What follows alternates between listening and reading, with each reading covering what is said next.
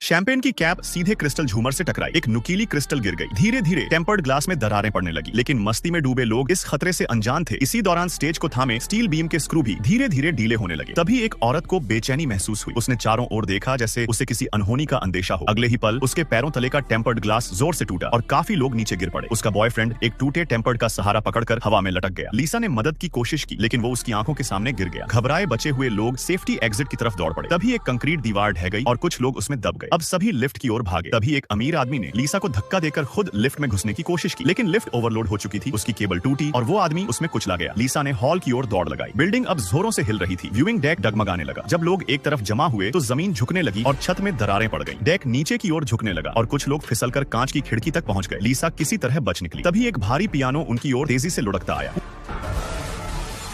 पूरी इमारत अब गिरने की कगार पर थी और स्टेज आधा लटक चुका था। लीसा मलबे से बचती बचाती दौड़ी। तभी उसे बक्से में एक छोटा लड़का जिंदा मिला। भागने का कोई रास्ता नहीं बचा था। इमारत कभी भी गिर सकती थी। लीसा ने झट से बच्चे को उठाया और नीचे छलांग लगा दी। अगले ही पल स्टेज भी टूटकर नीचे गिर गया। किस्मत से उसकी अंगूठी दो स्टील रॉड्स के बीच फंस गई, जिससे दोनों कुछ पल हवा में लटके रहे। लेकिन जोर से खींचने पर उसकी उंगली कट गई और दोनों नीचे जा गिरे। एक नुकीली छड़ शरीर में घुस गई और लीसा की नींद खुल गई।